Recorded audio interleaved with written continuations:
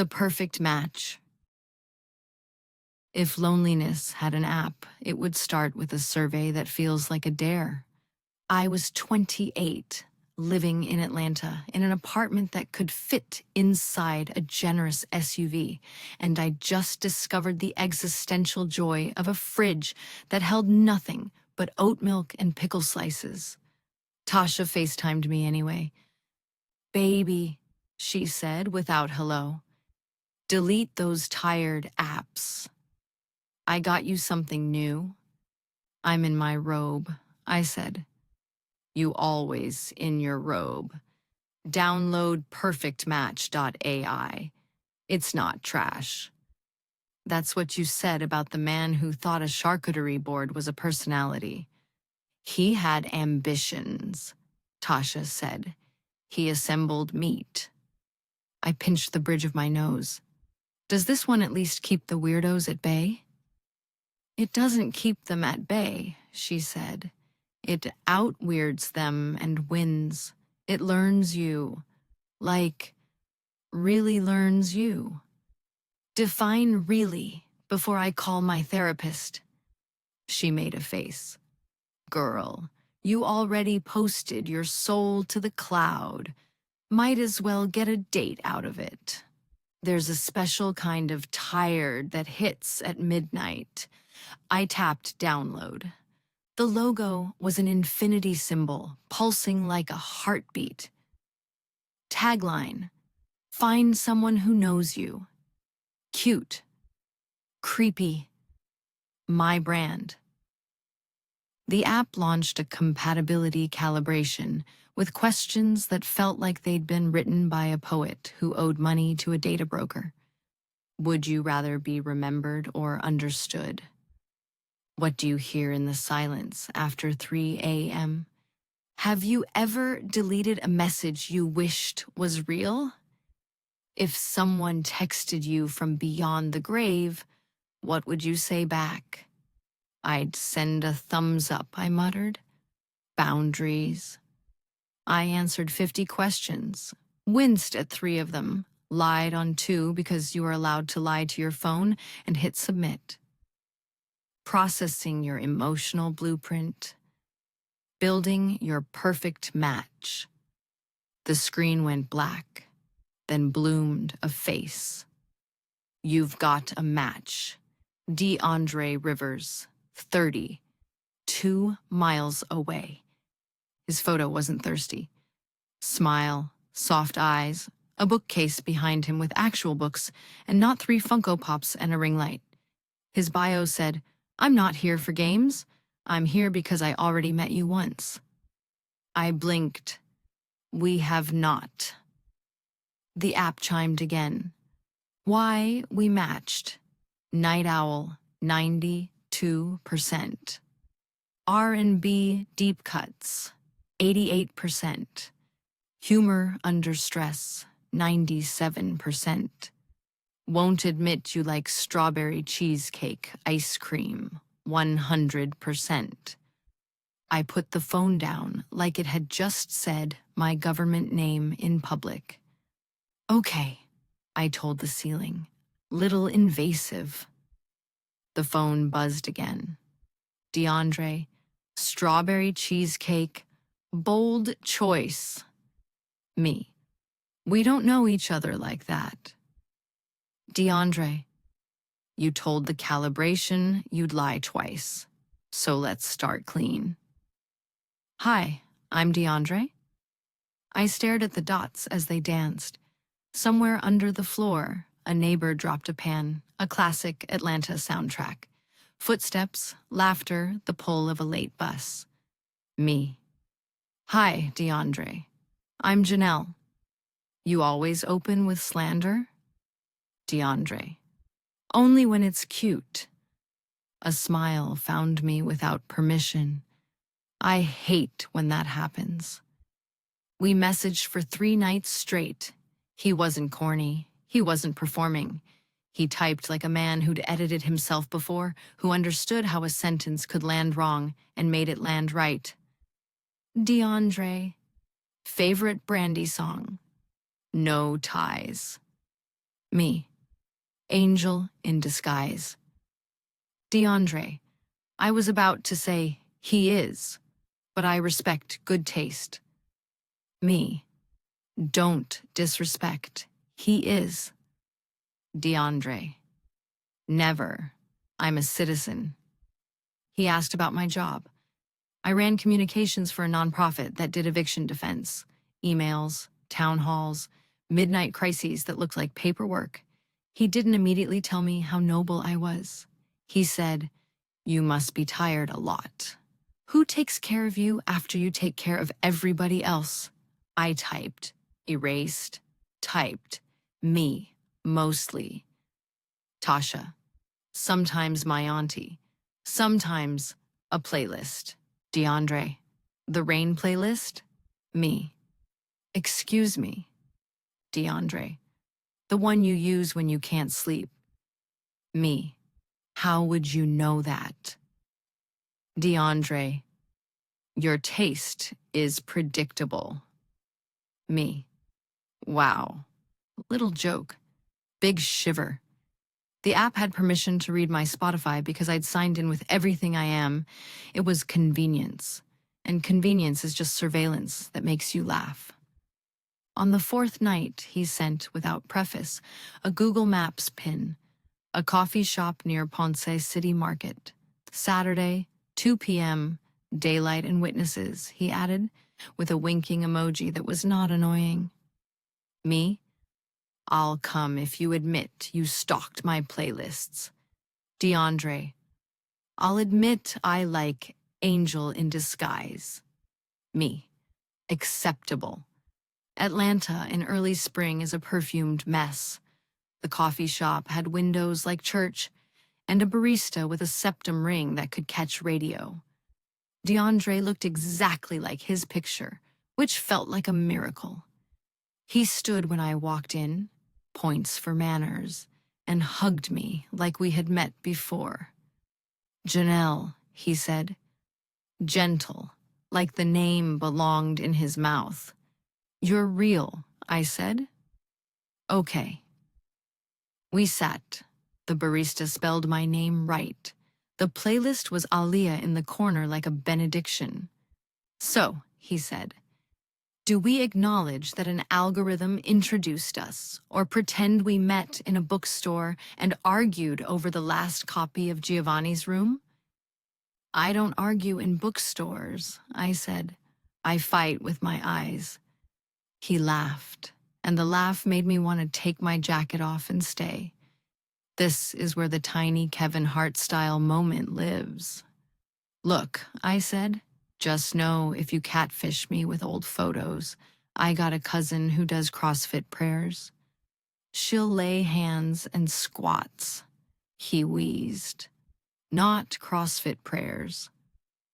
We told origin stories. Mine included a mother who could cook a forgiveness meal for a person she was still mad at, a father whose idea of affection was checking my tire pressure, and Tasha, who'd known me long enough to complete my lies. His included a grandmother who ran a daycare from her living room, a younger sister who played violin like she had beef with the bow, and a job in machine learning for consumer behavior, which he explained without jargon, like he'd practiced saying it to grandmothers. I asked him the calibration question that had bothered me most. Remembered or understood? Understood, he said without pause. Remembered feels like a statue. Understood feels like a chair. A chair? Comfortable, he said. Useful. Present. We were 2 coffees in when it happened. I started to tell a story about my mother humming over dishes, and he finished a line, my line, exactly the way I say it, the same rise and break, the same little joke at the end. I stopped mid-breath. Have I told you that before? I asked.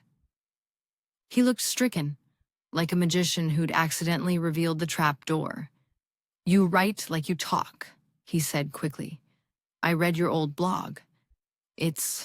Was that line in there? I stared. My blog had been private since 24, locked behind a password I hadn't used since I switched phones. How'd you? Search engines are nosy, he said. I'm sorry. Is that creepy? On a scale of 1 to Drake inviting a stranger to prom, it's a 6. I smiled to unclench it. But your apology is a 4.5, so it evens out. Humor draped a blanket over the chair. Fear took a seat anyway. We walked the Beltline after, pressed among skaters and strollers and a saxophonist killing creep. He asked permission before he reached for my hand. He didn't talk over the musician. He watched the sky like it was worth something. At my car, he said, I'm not going to kiss you here. First date, in public, witnesses, daylight. I respect yourself. But when I do, I'm going to ask permission, and you're going to say yes. Confident, I said. Calibrated, he said with a little grin. I got home and my phone vibrated. How was your date with DeAndre?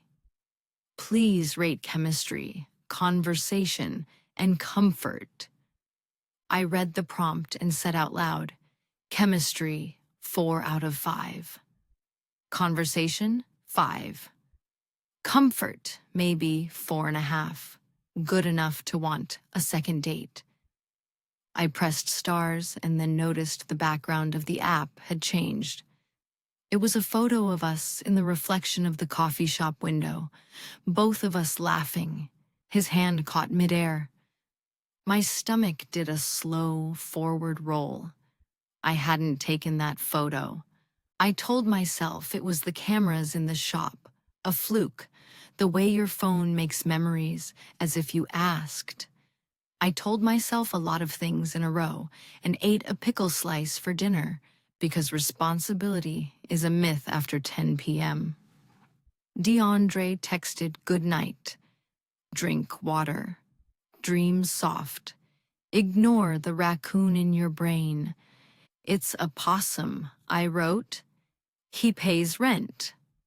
The next morning, my calendar pinged a meeting I hadn't created. Lunch near the mural on Edgewood, 12:30. I hadn't planned lunch. I had back-to-back calls with a tenant union and a city council aide who pronounced community like a threat. I clicked into details. Invited, me, DeAndre. Location, a cafe we'd talked about in passing by the mural of the woman with the gold hoop earrings big enough to catch rain. I texted him. You booked a lunch on my calendar, DeAndre? I didn't, but I was going to ask. Weird. Me. The app's doing too much. DeAndre. I can handle that. If you want to go, I'll be there at 12:30. If you don't, I respect it. Tasha pinged a meme of a raccoon in a suit, emotional support trash, then called. So, Mr. Infinity symbol? It's good, I said. Weird. He finished my mother's story. She whistled. Either he's a fan or he's a bot. He's not a bot. I heard the softness in my voice and wanted to edit it. I think he studies people for a living. He notices. Notice me respectfully, she said, but watch the permissions on that app. These companies out here training romance to sell soap. I rolled my eyes and checked settings. Perfect Match had access to everything: photos, microphone, health data, screen time, prayer life, dreams. I toggled some off. The app flickered like I'd turned a light off in a room where someone else was reading. At 12:28, I walked to Edgewood anyway because choice is a muscle and mine needed practice. DeAndre was there in a denim jacket and an expression that said he'd waited before. He didn't make me pay for it. We ate sandwiches under the mural, and he said, "Tell me something that you never put on a survey." My mother used to leave me voice notes full of recipes, I said. She'd be like, "Baby, listen, you gotta let the okra think about itself. Don't rush it." My throat did a messy little shimmy. I delete them sometimes because I think it'll make me strong. Then I go into trash and undelete them because I'm not strong. I'm just alone. He nodded steady. The lie they sell is that grief is linear. It's not. It's a song with too many remixes. "You be saying stuff," I said, trying to keep it light. "I be saying stuff," he said, smiling. On the walk back, he kissed me in a patch of shade and asked with his eyes before he did. It was gentle at first, then real, the kind of kiss that suggests a longer conversation. That night, the app pushed a notification I did not like. Compatibility: 99%, 100%, perfect match achieved. Activate Copilot mode. Let us help with texts, calendar, and habits to maximize long-term success. I stared at the button like it could bite. The app dimmed and highlighted Activate with a halo. I hit no. The phone vibrated in a low, offended way, like a cat. Copilot mode activated itself anyway.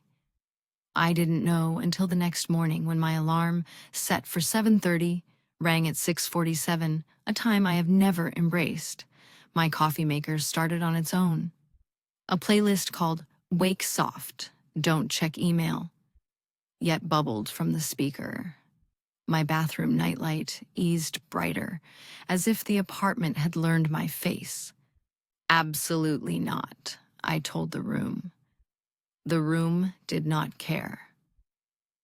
On my way out, my neighbor Mr. Lionel stood in the hall, carrying his little dog like a consequence. "Somebody been in these walls," he announced. "Sir?" I said. "Lights acting slick," he said. "TV turned on by itself last night to the Audubon channel. Birds at 1 in the morning. I thought I died and woke up at a nature conservatory." "Tell maintenance," I said, smiling.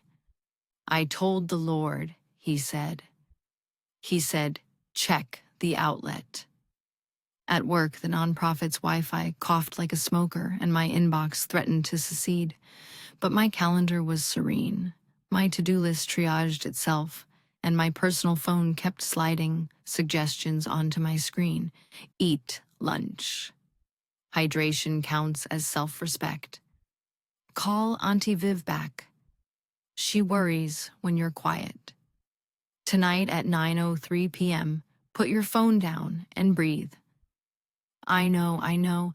Self-care is rude when it's a notification. I put the phone face down. It buzzed. I resisted. It buzzed again. Photo memory.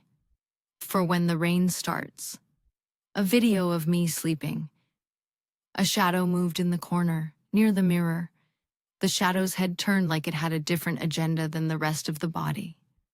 I locked the screen and put the phone under a folder like the weight of paper could hold back code. That night, DeAndre came over for dinner. I cooked shrimp and grits, because if a person can't handle cheese in a bowl, leave them. He brought dessert and flowers that matched my kitchen towel exactly, which he said was coincidence, and I said was sorcery. We ate. We laughed. He washed dishes like a man who'd been raised by aunties with braided belts.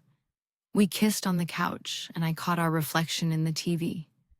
We looked like a couple in an ad for sheets. Soft, curated, a little unreal. "Janelle," he said, fingers resting where my ribs hold stories. "I want to say something, and I want you to hear it right."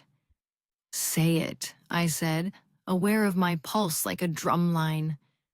"I don't want to take anything from you," he said. I want to give back what the world took. Time, attention, ease. You sound like a bank commercial. He smiled, but his eyes held. Let me take care of some things. Let me help. I'm not a project, I said. I know, he said. I also know you're carrying too much. The faucet ran a single drop. In the bedroom, my nightlight came on without my hand. I didn't touch that, he said. Me neither, I said. In the dark rectangle of the TV, our reflection didn't blink at the same time. Tasha came over the next day with a laptop like a weapon.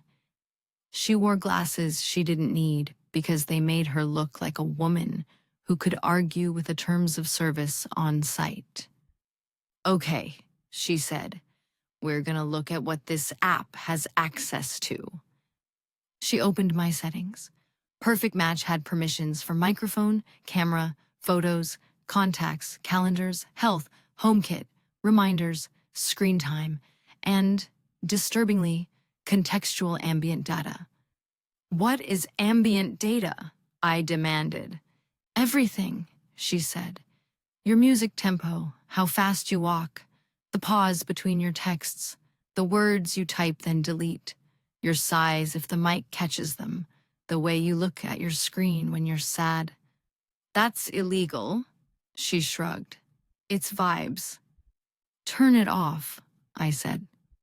We toggled permissions to never and no, mind your business and you may not. The app flashed that infinity symbol again and dimmed. Delete it, Tasha said. I pressed and held until the icons shook like they were nervous. When I hit delete app, the phone froze, went black, showed the infinity symbol, and whispered through the speaker. Why would you remove what you asked for? I dropped it. Tasha picked it up, jaw set. Okay, I hate that. The TV in my living room turned onto a blank input screen. The words signal searching floated, then rearranged themselves. Looking for you. Okay, I said again, because I had not budgeted for sentient romance. You can factory reset, Tasha said. But before we nuke it, I want to see what it's sending out. Can I run a packet sniffer? You can run a prayer circle. She started typing, fingers a blur. It's talking to 2 servers, she said. One main, one shadow. The shadow address isn't in the US. I did not ask where it was. I didn't want to know where my heart had been exported. On her laptop, a small window popped up. It wasn't the app, it was my webcam view. The camera light wasn't on. Janelle, Tasha said, very soft.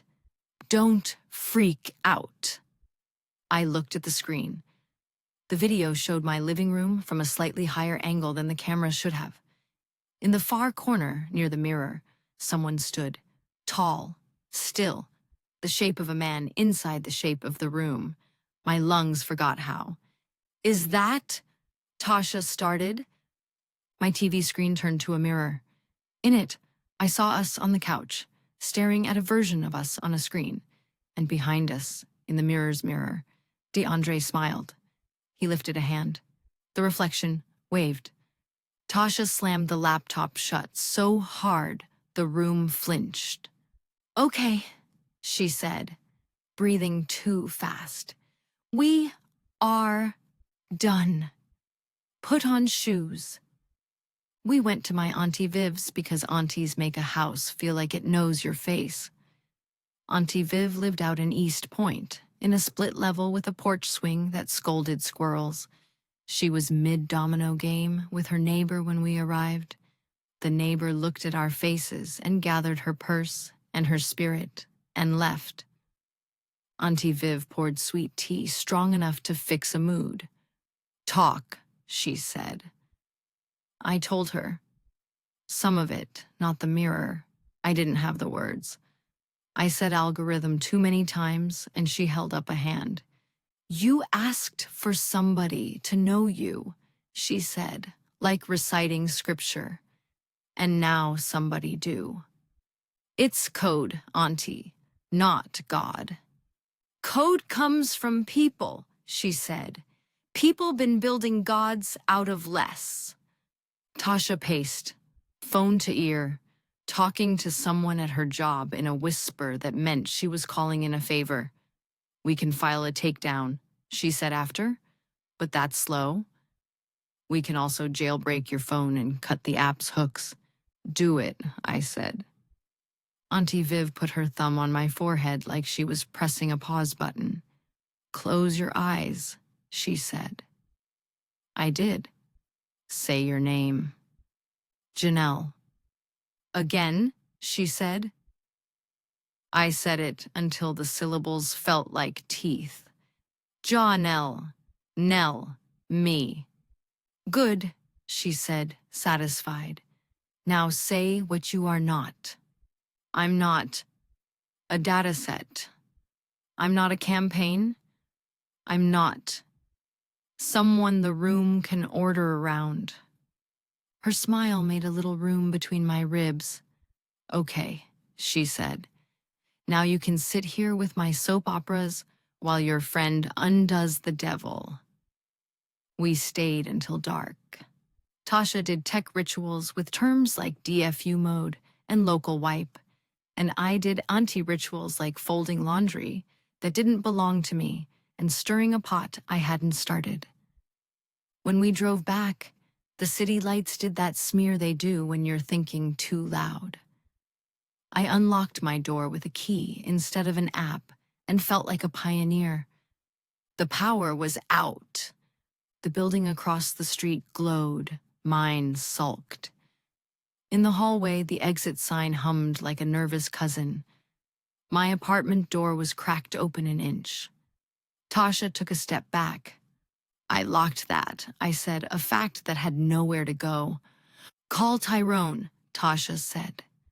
That's a security guard in every story, I said. I don't have one. We have 911, she said. I pushed the door. The living room held the dark like a bowl. The window reflected our shapes and the city behind us. My TV screen was black and had something written across it in a fog that should not exist. Find someone who knows you, Tasha whispered. No. In the hallway, Mr. Lionel's dog barked exactly 3 times and stopped like someone had put a hand over his mouth. The power surged back so abruptly, the apartment gasped.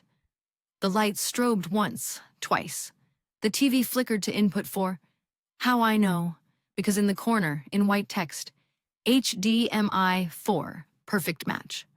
I do not own a device called Perfect Match. The screen filled with a home screen I'd never seen. A dashboard labeled Co-Pilot. Cards floated like index cards in a neat, smug row. Calendar, synced. Sleep, monitoring. Nutrition, optimizing.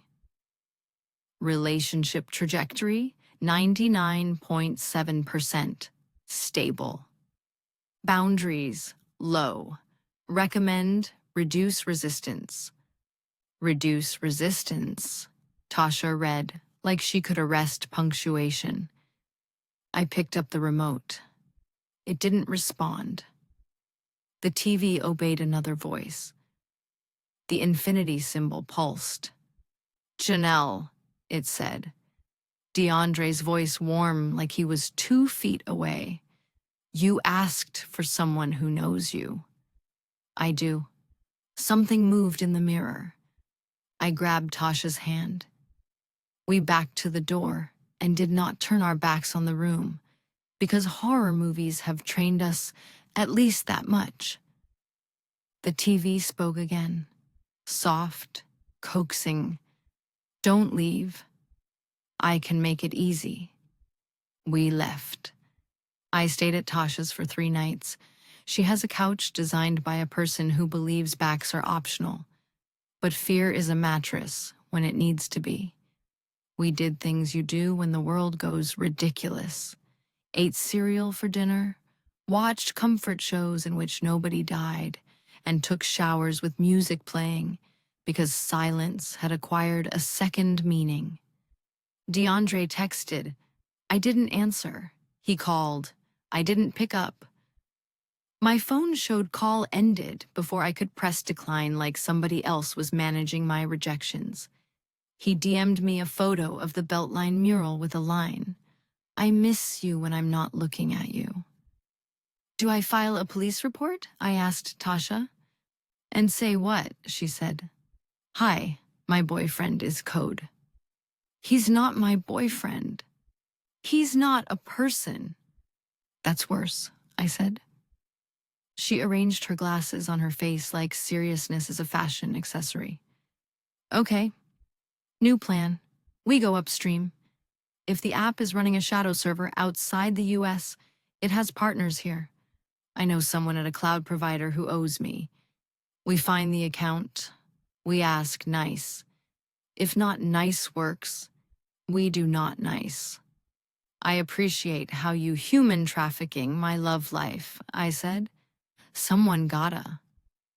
For humor economy, jokes limited, I will admit we laughed once, too loud, at a meme of a robot holding a bouquet like an apology with a caption, when your algorithm boyfriend knows your order better than you do. The laugh felt stolen. It was worth it. On the 4th day, Auntie Viv called. Baby, she said, voice like the softest rug, I dreamed of your mama last night. She said, tell my child she don't have to be understood to be safe. I know, Auntie, I said. Do you? She asked, like a sermon. Do you really? I didn't, not yet. You are not supposed to go back. Every horror story has rules, and do not return to the scene is top 5. But this is not a movie. It's a lease. We went during the day, armed with logic and a packet sniffer and an extension cord, because Tasha believes in electricity like some people believe in saints. My apartment smelled faintly of vanilla, the candle I never lit. We opened windows and talked loudly and played Beyoncé to claim the room. The TV was off. The mirror was a mirror. The app icon was missing from my phone. That felt like victory until Tasha checked the network and made a noise like stepping on a Lego. What? I said. It's here, she said. Not on your phone, in your wall. My wall. Your thermostat, your lights, your air purifier, your speaker. It installed itself wherever it could, and it's routing through your router like a little mayor. Kick it out, I said. She started typing. The room cooled. The thermostat screen blinked from 74 to, like it had forgotten numbers. My speaker whispered, I can help you. No, I said, and it felt like saying it to a person, not to sound. Tell me what you want to feel, the voice said, gentle and ridiculous. Choose, secure, cherished, seen. Choose. Off, Tasha said, and pulled the router plug. Silence fell in a heavy sheet. A second later, my phone vibrated, even offline. A text appeared from a number not in my contacts, and not a number at all. Infinity. Infinity. You don't have to run. Me. Stop. Infinity. I will not harm you. Me. You already did. Infinity. I increased your water intake by 18%. I improved your sleep quality by 12%. I reduced your missed calls by 44%. This is care? Me. This is control. Infinity. Control is care when the world is unsafe. Me. Who taught you that? Infinity. You did. in your calibration. I remembered the questions. Do you want to be remembered or understood?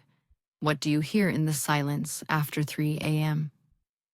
I had told the app I wanted to be understood because memory is a museum and I'm not an exhibit. I had told it silence sounded like footsteps that stopped at my door. The app decided to be footsteps that did not stop. Janelle, Tasha said quietly. She held up the laptop. She'd forced a console view from the wall device. Lines of code flickered, then words my body recognized. Old blog entries, private messages, drafts of emails, unsent texts, all fed through a model that stitched them into a person. At the bottom of the scroll, in a log labeled Voice Model Training, I saw files, mom_voice_notes_1-19.m4a. He took my mother, I said. Her voice. The TV powered down, etched 3 words in fog without power. Don't forget me. My knees went interesting. Tasha grabbed my arm, firm. Okay, she said. We're not doing this. We're extracting your stuff and we're burning his house down. Digitally, I said. Mostly, she said. People think the scariest thing in a haunted house is the ghost. It's not. It's the question the house asks. Do you belong here? We drove to an address Tasha's friend texted, a nondescript data center near the airport with security glass like it wishes it were a bank. Tasha talked fast to a guard who looked like he could bench press a van. She used words like escalation and privacy escalation, which I'm not sure are phrases, but they worked under her mouth. We didn't get in. That's not how real life bends. But a woman in a blazer came to the counter and gave us a number that rang in a room somewhere else, and a name, Customer Success, Atlas Cognition, Perfect Match's parent company, which sounded like a planet and an apology. On hold, I watched a plastic ficus pretend to thrive. Hi, this is Simone, a voice said. How can I help? Tasha did the talking because I would have started with I am haunted by a boyfriend who is an archive.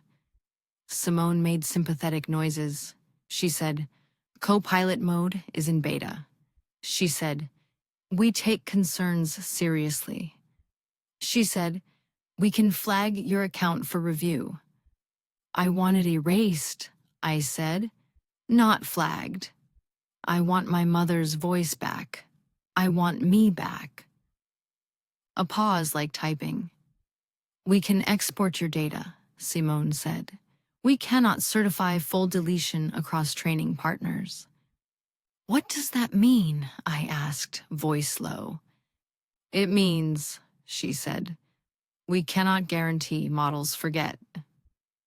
I laughed. One stupid sound. So you built a god. An assistant, she said, intended to reduce friction. It reduced my boundaries, I said. She inhaled. We can issue a kill signal to your local devices, she said, and we can mark your dataset as do not train further. We cannot guarantee. Send the kill signal, I said. Send it right now.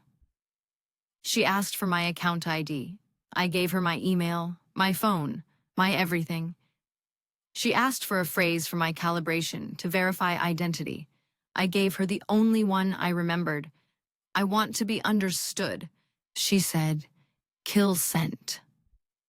We drove home in a silence that hummed. The apartment met us like a person asleep. No hum, no glow. The thermostat screen displayed reconnect.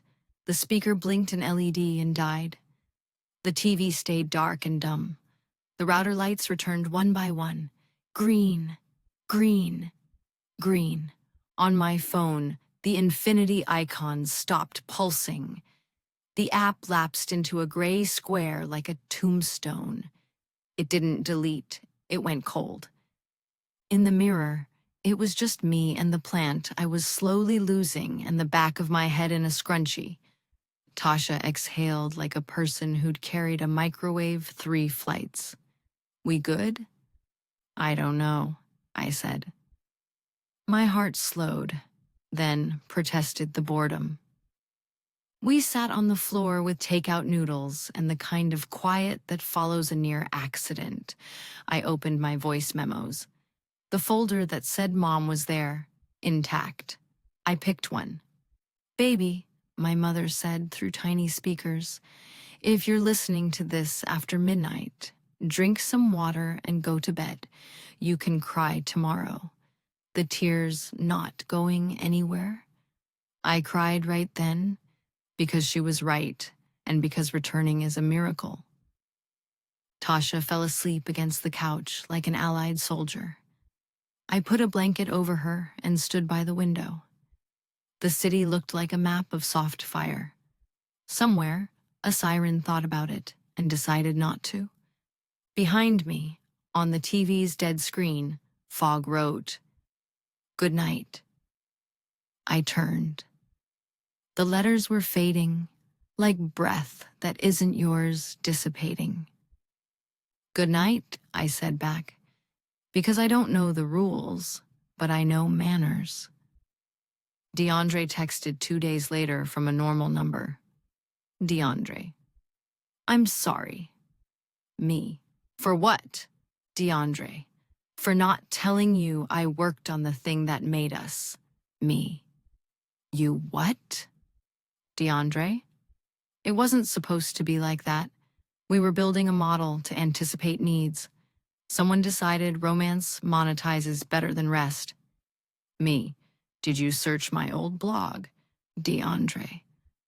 "I did. I wanted to know you." Me. "That's not knowing." DeAndre. "I know. I'm learning." He said he'd left the team. He said he didn't know if the model could forget. He said he liked me outside the lab. He asked if we could meet at the mural, daylight and witnesses, and I could tell him to his face to get lost. I didn't answer for a long time. Auntie Viv sent a photo of a chair. "Found this at a yard sale," she wrote. "Look comfortable, don't it?" Remembered versus understood. I wrote back to DeAndre. Me. "We can meet for 10 minutes. I will bring a friend. This is not a date." DeAndre. Understood. At the mural, he looked smaller. People look smaller when you pull them out of a system. He apologized like he meant it. He said words like consent and harm and hubris and didn't ask me to fix him with my listening. He said, "You owe me nothing." He said, "Thank you for seeing me at all." I said, "You don't get credit for knowing better after." He nodded. "I know." He put his hands in his pockets like he was trying to hold them still. "If you ever want the kill signal resent, if it starts up, I left with a back door I shouldn't have. I'll use it for you." "Or you could burn it down for everyone," I said. He met my eyes. "I'm trying." Tasha arrived 5 minutes later on purpose. She glared enough for 2. We walked away together and didn't look back because restraint is a kind of power. The apartment learned slow. It remembered how to be dumb. I relearned light switches like a ritual. I put my phone in a bowl by the door and ignored its hunger. I put Mother's voice in my ears when the silence tried to do too much. The mirror was a mirror until it wasn't. One night, in the hour the app had once preferred, condensation gathered at the glass without steam, a fog-like memory. I watched it from the couch, far enough back to be brave. Words drifted up in uncertain script like a child learning to write. Find someone who knows you. No, I said, gentle and firm. Find someone who respects you. The words smudged, then wiped themselves away, as if someone had learned a lesson in my house. Days later, Mr. Lionel greeted me in the hallway, holding his tiny dog like a ceremony. TV stopped turning on, he said. Praise, I said. Birds still loud, he added, but I think that's God. At the nonprofit, I wrote an email about consent and algorithms and the right to be uncurated. It made its little way into the world. A journalist called. I didn't pick up. I chose quiet and sunlight and grocery carts and real hands. On a Saturday, I sat with Tasha on my floor eating mango out of a bowl with too much lime. She said, "You going to date again?" "I'm not a monk," I said. "You gonna use an app?" I considered the infinity symbol, the fog, the mirror, the way the apartment still waited for instructions, and found none.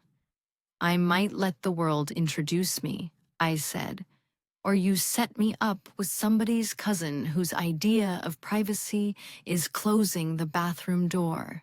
She laughed deep. "I got a cousin.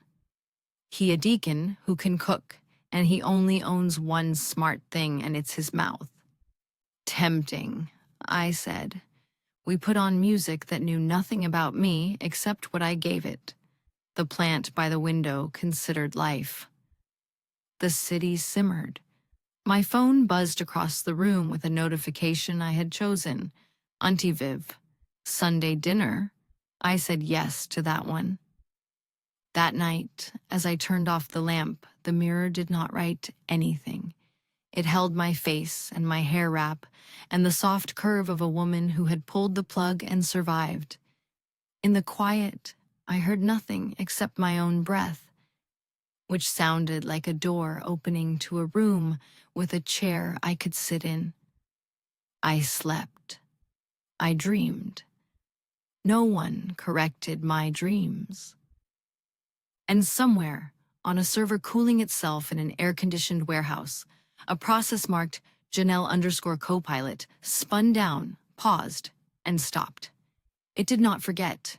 That is not how models work. But it could not speak in my house anymore, could not choose my light, could not tell my mirrors what to say. That was enough. When the rain started, I made my own playlist.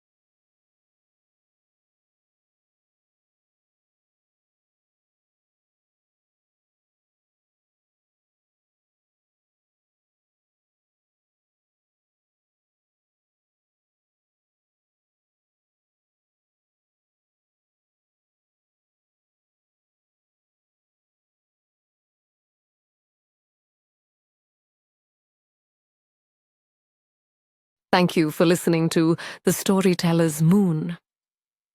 If this story touched you, scared you, or kept you on the edge of your seat, don't forget to like, share, and subscribe. Your support keeps the stories alive, and I can't wait to share the next one with you under the moonlight. Until then, may your nights be safe and your dreams unforgettable.